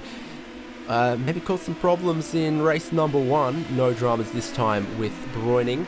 Cohen and Röstgen still this same 4 in a reshuffled order. Yeah, that is the case. As well, battle for 6th place. Still raging on. Like I said, you saw that pass coming, attempt through the bus stop, and Olsen leading this little pack at the moment, about, just shy of 2 seconds adrift off of 5th place here. So if they can get themselves together, maybe the 5th place might be joining onto the front of this train. But right now, it's going to require a lot of work, as we are heading towards the end of lap number 7, and soon we'll be getting very quickly towards the halfway point of this one, David. And things settle down a little bit at the front as Wislauf is continuing to pull that gap, 1.4 seconds back to Fitterer. Now it seems to be this battle for 6th place and this battle for 2nd place that are going to be the main features, at least for now. Yeah, I think there might have been a mistake somewhere on that lap for Fitterer, because it was a 42 flat. He was slower than the driver in front of him, the drivers behind him, and almost a second off what he managed to do with similar levels of slipstreaming a lap ago. He's got a lot of work to do. This is a little bit less sensible. A lot of side-by-side, too wide up through the S's here. Bob Cohen not taking lift for an answer, it seems. Ulf Olsen's going to follow him. Röstgen's going to follow Breuning, and Ulf Olsen making some pretty aggressive lane changes here towards the bus stop. Röstgen decides he wants none of it, and almost inevitable, I think, happens. Ulf Olsen just stopping it short of the barriers, but contact made, and he's going to leave some smoke for the spectators in that section. He is, and that's always the danger. Going too wide through the bus stop sometimes works out like that, especially when you're involved in a pretty ferocious pack battle like this one. 4 cars all trying to go side by side on each other. Ulf Olsen trying to shoot the gap any which way. He finally decides to settle down the inside, and then just a little bit of contact on the apex with the car on the inside sends him out into the runoff. He'll be very thankful that's all been paved over now, because otherwise the grass, the gravel, and the would have carried him into the barriers there. But gets back onto circuit with perhaps very little damage, apart from what he might have received from the actual car contact itself. And Stefan Röstgen smelt that one coming 500 meters away. He saw Olsen changing some lanes, he saw Cohen not want any yield, and he thought, I'm not going to gain anything through this corner. I might lose a lot. Wislauf has lost his lead advantage. Yeah, 42.5. That lap just gone from Wislauf was well away from his best. He was doing some really solid mid 141, so 141.5s, 141.6s or so. Now Bystrom's right with him. Donald Fitterer back there in 3rd. So the lap was off for Wislauf. Bystrom set his personal best in the fastest lap of the race, and all of a sudden it's on up front as well. Yeah, so it's surprising sometimes how quickly these things can change. One moment you see the gap as a 1.5 lead, and then you look at it again, and all of a sudden it's been brought back down to within half a second between Wislov and Bystrom at the moment. So yeah, that's how things, if you have a scruffy couple of laps or a scruffy single lap like Wislov has been able to put in, then all of a sudden all of your hard work that you've been able to, try and pull out in terms of a gap to the cars behind is completely erased, and now you have to deal with the car right on your rear wing, and that's just a little bit more pressure that you have to deal with. It's like playing an accordion, but it's 5 times more difficult to try to open up the gap than it is to close it down. Or I not, like that but analogy. it's okay. You think about it, if there was just a general amount of deviation, some laps are quicker than others, you got a gap to someone, it goes up a little bit, it goes down a little bit, it goes up a little bit, it goes down a little bit. When it comes down to within a second, then it's so much harder to have it go back in the opposite direction. So now Wislov is really not going to be able to shake Bystrom unless Bystrom makes a mistake, because the strength and the time gain from that slipstream borders on a second a lap almost, with Bystrom just sitting here. As long as he doesn't make a mistake, Wislov is not going to be able to outpace him by more than a second a lap, particularly when Bystrom doesn't have to push or make any mistakes. So he's thinking long term here. You saw him rolling out of the throttle to about half throttle percentage a long way before the corner. Bystrom going to play that long game like we saw him try to do in race number 1, like he's good at. It's interesting that Bystrom lifted out of that one, because he's got to be aware that Fitterer could potentially third party in on this one now, and I guess you don't really have a lot of options when you're in this sort of position. If you go side by side with Wislov down into the bus stop, you're potentially going to lose time. But if you lift out, you're also kind of technically going to lose time, because Fitterer doesn't have to lift out, and he's getting the double toe off the both of you. So we can see this very quickly becoming a 3-car train, maybe even 4-car train for the race lead over the next couple of laps. Yeah, Coppich is still well and truly with them as well. So, someone makes a little mistake, it stretches out, and then you get a couple of clean laps from everyone, and that slipstream does exactly what it does, which is bring everyone well and truly much closer together. Oh, problem for Marcellus Bräuning, and this is it. He's facing the wrong way at a narrow section of the track. There's a tunnel underneath the track there, and that's why the Armco is right up against the track surface on both sides. And I think he sustained too much damage to keep it going.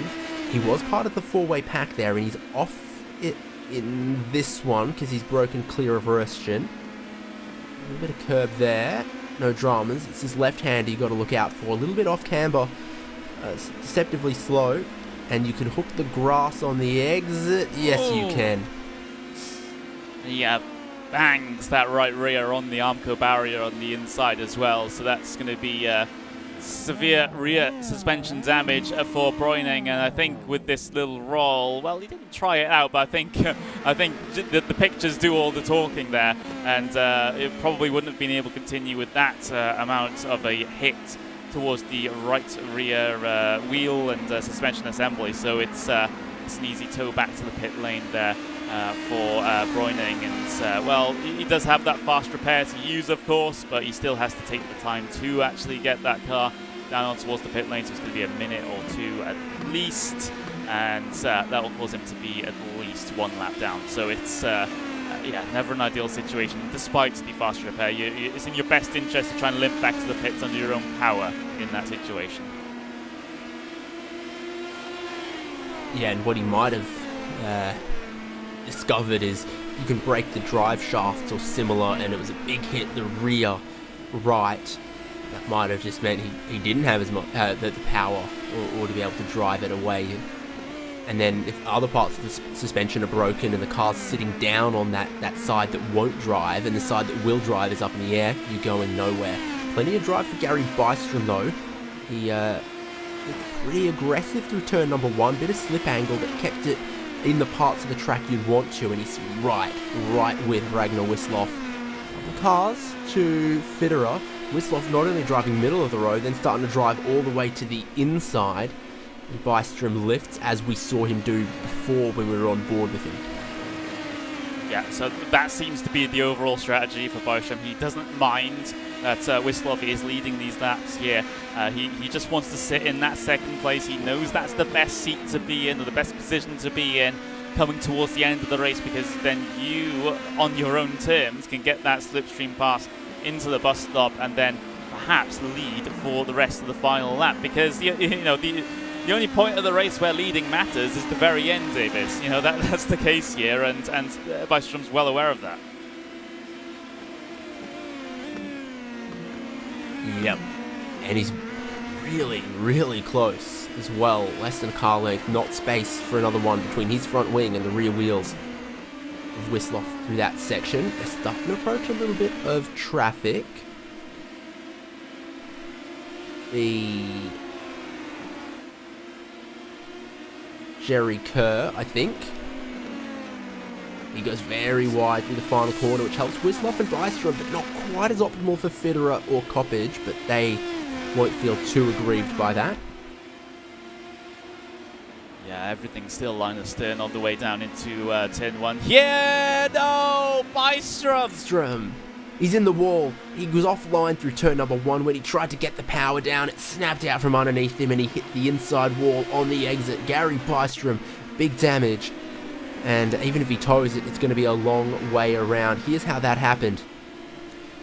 Everyone was on a different line through turn number 1, and the one for Gary Bystrom didn't quite work out. So, Whistloff on the typical line. Bystrom maybe in a little hot. He just starts to slide on the way in as the track drops down a little bit. Whistloff was super deep as well. Yeah, I think everyone just got hyper-focused on the car ahead of them. It's the typical thing of trying to follow with the, just being hyper-fixated on the car ahead of you, not keeping track of your braking points or line, and it can cause these situations sometimes. Here's the onboard with Gary Bystrom in towards Cinnabon. A little bit loose on entry, that's not a big problem, but that looseness just continues and back end never really grips up, and it's a heavy impact with the wall for the driver. You can bet he was looking at Whistloff there. He saw that Whistloff was wide and he's tried to hold it narrow on the exit, and that's something that the rear tyres haven't let him do at this point in the race. He didn't look like he was going to let it track all the way out, because that's where Whistloff was. So in trying to take that different line, looking at what the other guy was doing, that's where he's gotten himself into a little bit of trouble, unfortunately. And then there were 3. So 5 laps to go. Whistloff leads Fitterer, leads Leroy Coppage. Have you seen Coppage make any big moves or anything crazy so far in this race? I haven't. He's just been on that slipstream. Yeah, I mean, that's one way to get involved, one way to potentially get himself a little bit higher on the podium here, especially if Whistloff and Fitzler decide to start duking it out for that position. Coppage can bring himself back into this, but 14 laps, we're on the 14th lap of 18 here at Watkins Glen. Of course, the new Watkins Glen here in iRacing, it's been rescanned, repaved, re-textured, and everything like that. So it looks so Fresh much sauces better. at the hot dog stand. Yes, indeed. And, it does look a little bit more, less harsh on the eyes as the old Watkins Glen did. Because remember, that was one of the original tracks in iRacing. Or one of the first ones. I can't remember if it was like the first in like the first beta release, but yeah, it's pretty dated. And they serve Salen's hot dogs here at the Glen, so I think they're really all up on those sauces and such things. But yeah, 2007 or so, the original scan. This, whoa, how close do you want from Pierre Dione getting past JC Hay? We were close. Dione carrying a lot more speed. I was just looking down the field to see if we can get ourselves a look at a couple of closer battles, and well, that was one of them. But Dione has just completely obliterated. So JC Hay there, and JC Hay having more problems, it seems, through the chute, and bringing that car to a stop, and a tow back to pit lane will be the end of the 89. Already been in a little bit of trouble with how easily he got past. I wonder if there wasn't already something maybe going on. Right on board though. It doesn't look so bad through the corners. It's coming down into the laces here that turns in. Yeah, it just doesn't turn, does it? It don't turn. It just does not want to go around the corner, and well, the trajectory is only going to go into that wall on the outside there. So that's unfortunate for JC Hay. Meanwhile, back to the live pictures. Wislov leading, and Fitterer second place. Coppage third place. Coppage is within a second of Fitterer here at the moment, gaining a little bit of time on the entry in towards the toe of the boots, and now on the way down that little straight down towards the heel. And well, who are you putting your money on here in this situation? Theoretically, David, of course we don't condone that sort of thing, but theoretically, who do you want to get? Who do you think has the right stuff to go and win this race? I don't think any smart bookkeeper is keeping a ledger for this championship. I don't think there's enough revenue or turnover in that to bother. You never know with esports betting. No, even that, I'm not sure. I think Wislov's going to keep his cool. Fitterer still has the fastest lap of the race, does he? Or did that go to Bystrom? Well, with people inside the top 10, Fitterer's got the fastest lap. So he's got the good stuff, he's got the speed. But I'm just not sure if he's quite as measured or quite as unflappable as Wislov. We're going to find out. Oh! The two of them touch. Wislov is on the Fitterer on the grass. What was that? That was a squeeze and a half from Wislov, and it does result in contact between the two of them. Let's right on board with Fitterer, because I think this will give us the best view of it. You got to leave the space, as a famous racing driver has said, with Fitterer looking to go left-hand side, driver's left-hand side. You see Wislov starting to squeeze a little bit more, and then that could have ended in so much of a bigger incident than it did. Wow. Yeah, I think they were both trying to pick up the slipstream of that lapped car in front as well. And from Fitterer's perspective, you want to pass on the odd number of laps to go. So 3 laps to go, you want to get in front, have Wislov pass you on 2 to go. Then on the final lap, you get to pass for the lead there and hopefully hold on to the win. But that didn't end up transpiring, and now Wislov's got a little bit of traffic in front of him. You hope that Fitterer's got no damage. Coppage still right in the picture for a podium, a real quiet achiever. Don't take too much risk, but also not lose too much. Now Wislov's got to look down the inside on 44 at turn 1, and he does have to throw it down the inside.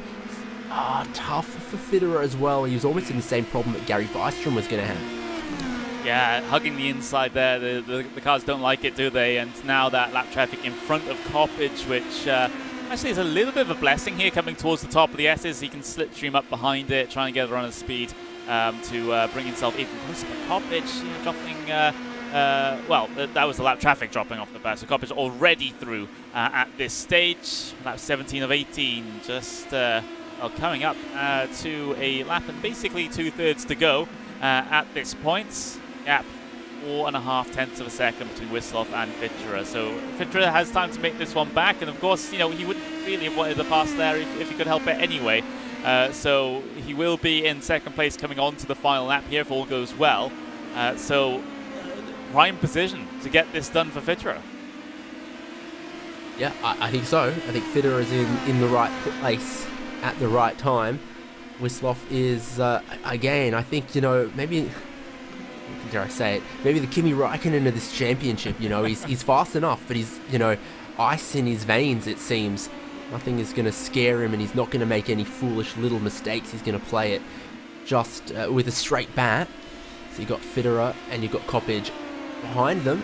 John Morgan, defending champion, snuck his way up into 4th as some other drivers have, had to peel off. So that's a decent start to his championship defence there compared to race number 1. You just got to hold on to that 4th place for one more lap. Wislov is looking to clean sweep it.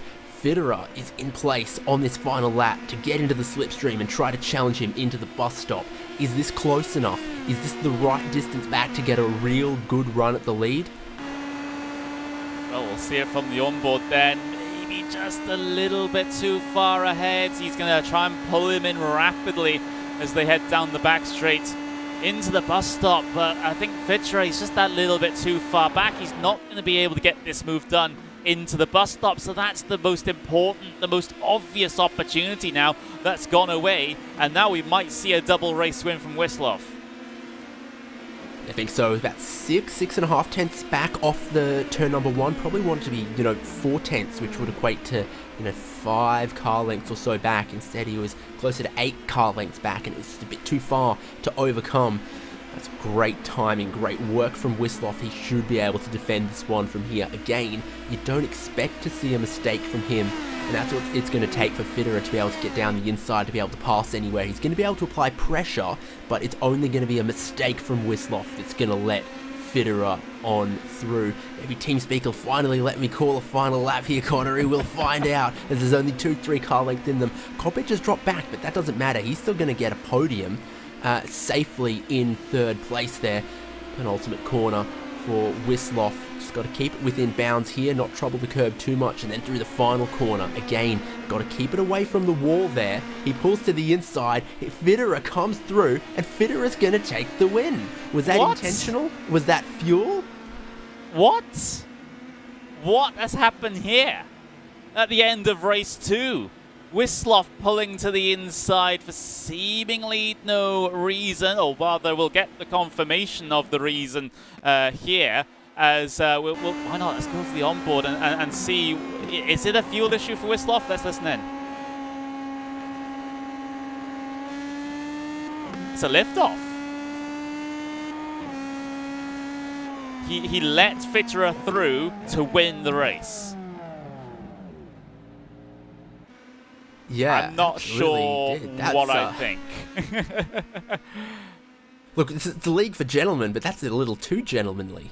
And well, I guess some of the other drivers were saying that's not gentlemanly at all, because it's technically, if you look at it in a certain way, it's technically race fixing. So, That's a good thing neither is putting any money on it. Then. It's good. It's a good job, no bookmakers. This is anyway. But yeah, that's one of the weirder finishes that I've seen in sim racing. That's to say, well, there have been some pretty weird finishes. I'll give them that. But I mean, just look at the end of the race with this track last season. That was pretty weird with the fuel issues as well. That's why we suspected it was a fuel issue well, in that situation for Wislov, but no, it was just a pull to the inside. Fitterer take the win, and that's going to be an early Christmas gift for Fitterer. Yeah. We see everything in sim racing, don't we? I got a tinfoil hat that says now there's another driver more points ahead of John Morgan, but that's probably, I think I'm looking at 2-2 and getting about 15 on that one. Let's look through the results as they cross the line, because that's what matters. It was Donald Fitterer first to the line. He is the winner. Rather bizarre circumstances, Ragnar Wislov chooses not to clean sweep round number 1. Finishes in 2nd place. Baffling, but Leroy Kopic still gets his podium. John Morgan gets a much better result, 4th place compared to 17th or 18th, whatever it was in race number 1. Defending champion can do something from there with a 4th place finish for his points haul from round number 1. And then it's Bob Cohen and Stefan Roskin who fought each other to the end for 5th and 6th. Granheim ahead of Barry Hills for 7th and 8th, and then Ulf Olsen and Michael Bailey 9th and 10th. Yeah, well, it's an interesting situation, David, here, because there was a suggestion in our chat that Wislov let Fitterer through to apologise for the squeeze, but I don't think that's an equal apology. It's just like, it's like giving someone a sock in return for an iPhone, or other phones are available, of course. Yeah, it's just really weird to me. Yeah, I mean, bizarre. Do we run through the rest here? Randy Shoemaker in 11th, Pierre Dione 12th, Varley, Beasley, Hallstrom, Bob Kern, Mike McCormick in 17th there. Did get back out on track. Did he? Alright, okay. Still be on the lead lap, but only just by a couple seconds. Same true for Marcellus Bruining, who was about 3 or 4 seconds away from going off the lead lap there. Mike Grandy and Robert Love did. They were both 1 lap down. And then Russ Addy, Gerhardus Jorrison, Joel Martin, Jerry Kerr, Gene Moore, all 1 lap down. JC Hay, we saw in the wall, unfortunately, in the laces, and so he ends up 5 laps down. Same for Gary Bystrom, who found the wall on the inside of turn number 1. He was going for the lead. Sure, he'll be thinking about that one for a little longer than he'd want to. And Greg Garris involved in the lap 1 bizarre situation pile-up that we had. Yeah, indeed. And Paul Velasco might have been in that one as well. Bruce Poole also a retirement after 2 laps. And Donald Poole, Randall Seacrest also all retiring on lap number 1. And it says fastest lap of the race went to Gary Bystrom, so maybe that's his comfort. Think about that one. Yeah, I mean, we might get our answer to the whole race lead situation here, because we do have the drivers waiting for their interviews here at the moment, and well, we'll keep that for later, just to keep everyone engaged. I think. Actually, no, we don't have third place here at the moment. Corbett hasn't come in for his interview yet, so we're going to have to address this issue. We'll bring Risloff in because he was the driver that took the action. Well, second place, and. Well, sorry to disrupt your conversation there with the P1 finisher, Ranga, but just I gotta cut straight to the chase. What happened there on out of that final corner? It kind of confused us. Well, I felt that I had squeezed Donald too much in the run up to the bus stop a couple of laps before, so it was my way of saying sorry. There we go. There was a suggestion in our chat from Steve Greenwood that might have been the case, but yeah, I guess with drop weeks in effect, if that affects anything, then it's later on. But yeah, I mean, it could have been the double race win today for you, but a P1 and a P2 still a good result coming out of the first round of the season. Is that making you optimistic for future rounds now? Yes, of course. It's been great fun. I've missed quite a few races lately, but it's very good to be back, and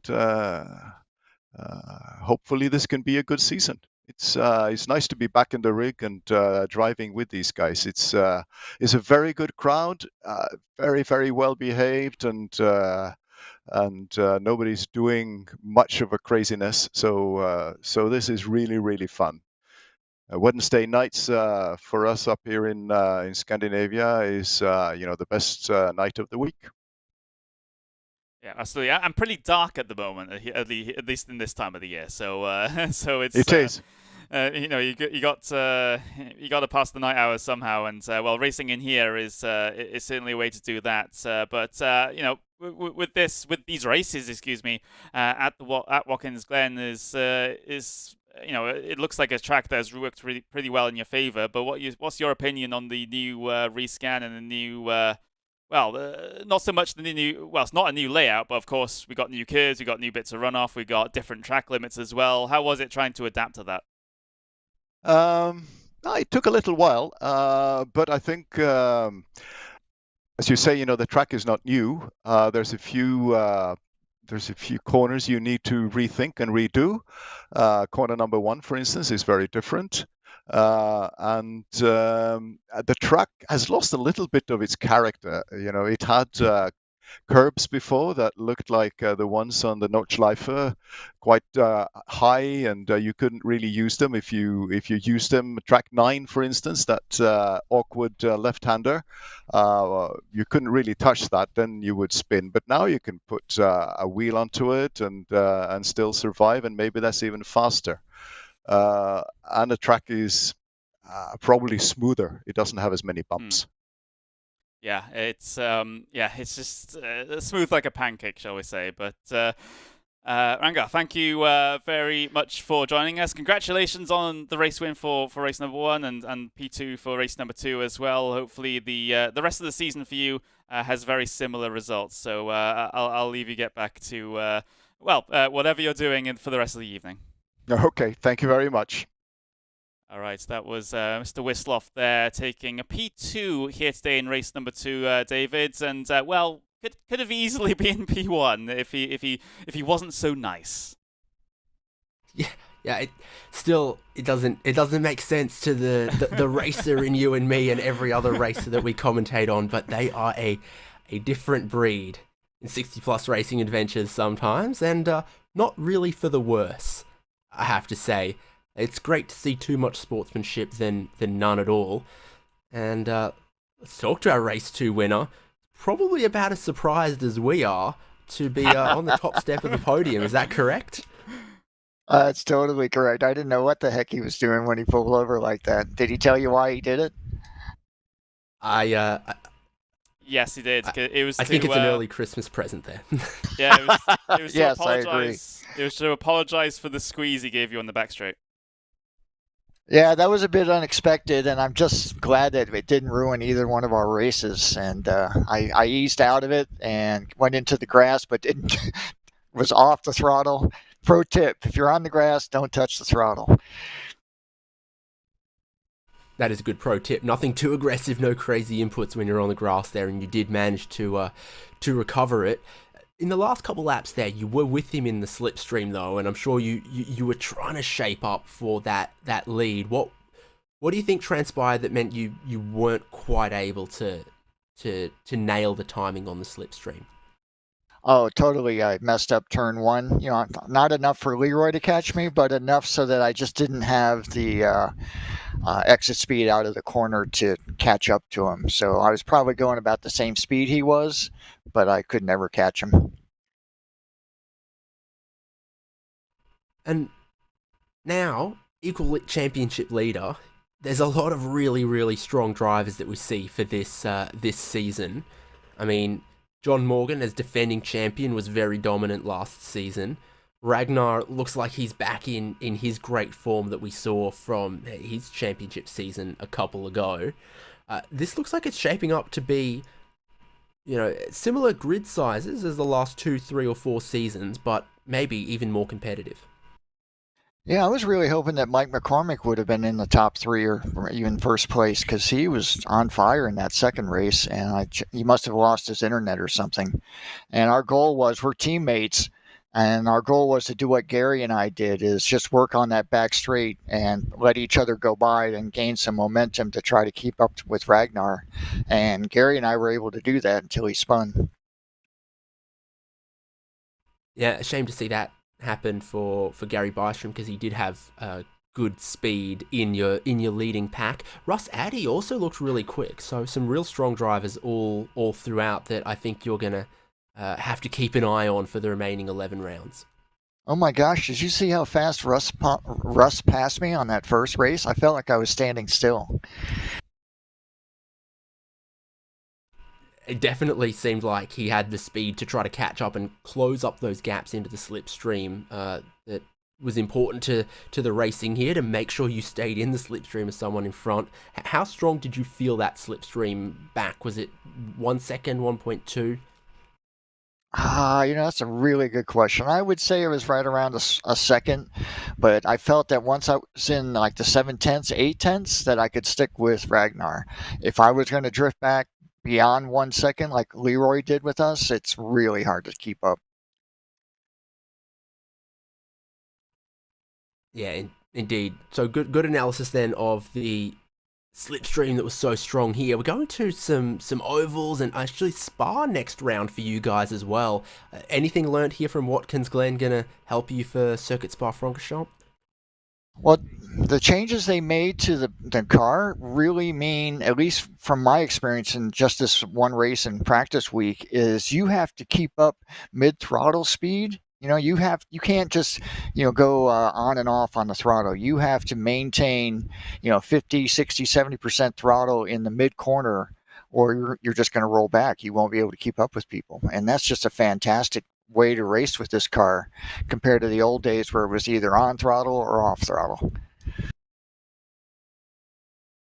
And then the next broadcast round is going to be Summit Point about in the middle of the season. Any thoughts for our RaceSpotTV viewers? What could happen there? I think that's quite a different style of racetrack to here at Watkins Glen, not quite as open. It's going to be tight. I mean, those corners are, there's more corners, they're slower, and people are going to have to work together, or there's going to be a lot of contact. Well, that's something for us to look forward to, and that's when we're going to see you next, Donald. Congratulations on your win. Some nice little points there, but also you were up there racing for the lead the whole way as well, and that's what kept us on the edge of our seats. Well, I had to change my style because whenever I'm all the way in the front, you guys don't broadcast me. So I decided this time to stay in the back, and if you saw some fighting, you would actually show me on your channel.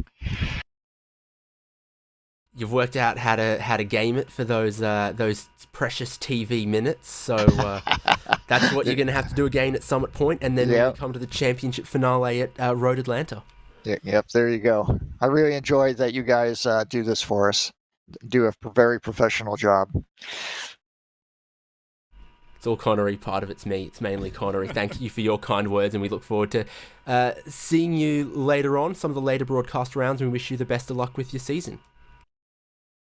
Thanks, David. Cheers, and have a happy holidays.